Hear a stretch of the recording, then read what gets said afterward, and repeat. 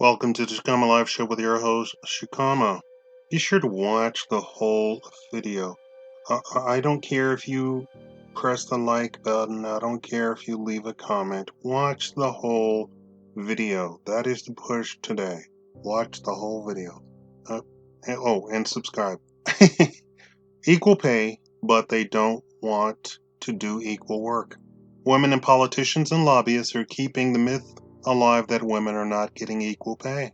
The latest part of this rallies to women's American soccer. They say they broke records of viewership, so why aren't they getting equal pay? Quickly to put this myth to rest, did they break records? Did more people watch women's soccer than ever before? Here's the real question. Did they count? The answer is a big fat no. Unfortunately, all the hype about women's soccer breaking records stems from computer-generated estimations of viewers. In 2019, not every TV is registered, and they just make guesses about who watches. That being said, and this can be said of all women's sports events that might appear on TV, if there is a federation that hosts the event, and that federation generates income off the female teams by TV advertisers to pay the women, they have to generate enough money. Now, while the women's U.S. soccer team may have generated record-breaking views at the end, the Federation FIFA is probably in the hole for the entire season paying out the U.S. women's soccer team. And that's the rub. Interest in women's sports is very poor. People just do not want to watch women play physical sports, namely because, pound for pound, the female version of a sport is drastically reduced in excitement, sportsmanship, expertise, and aggression. The professional Australian female soccer team was beaten twice by 15-year-old boys.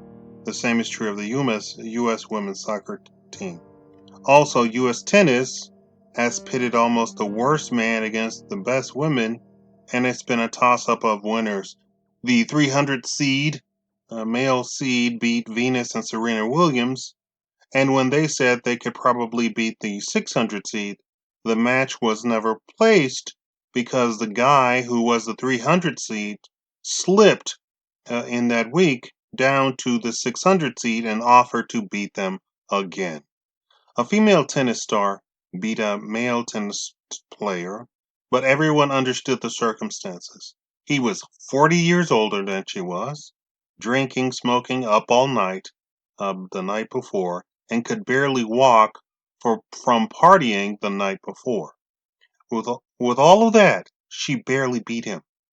He shaped up and challenged her again and beat the living daylights out of her on the tennis court. But that wasn't televised. Billie Jean King said it was a doomed premise from the start. Men and women are not equal no matter who says it. That's from Billie Jean King. But now, this push for equal pay has hit the corporate environment like a ton of bricks. The continued drumbeat of equal pay is hitting employers. You must hand out equal pay. And who would be against that, right? It's the law. Until the data comes in. Women demand equal pay but don't want to do equal work.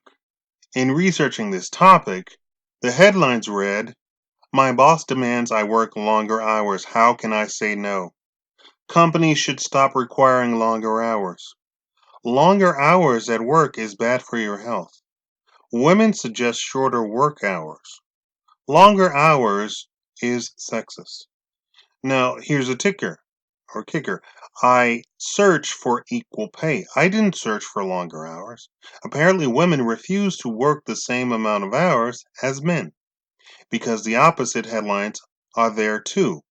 Men can get far more happiness from working longer hours. Men can boost their income with working longer hours. Longer hours for men means more promotions. A ton of tutorials telling men how to get ahead financially and socially all talk about working longer hours. Tutorials for telling women how to get more income do not exist. They all encourage women to work less hours.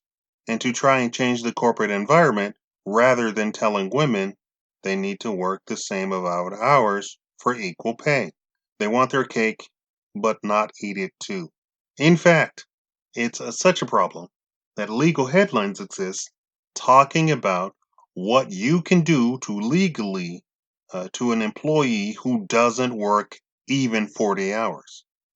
America is actually known for being the most productive country next to the next 10 countries put together.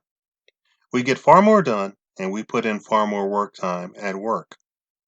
When talking about work for pay, we are of the opinion that the idea is to put in the hours, not accommodate a casual lifestyle like most of the countries do. But women don't want to get on board with that. They want the lifestyle approach to working. So not only are women not working, wanting to work 60 to 80 hours a week, they don't even want to work 40 hours a week. And that's just what the data shows. In fact, women are overpaid for the work they put in. They get paid for 40 hours while working 30 to 35 hours. Meanwhile, men are putting in the hours. Women don't want to work. I say, let them not work, but also give them the full consequences of not working. Do you agree? Leave your comment below, and thank you for watching the entire video.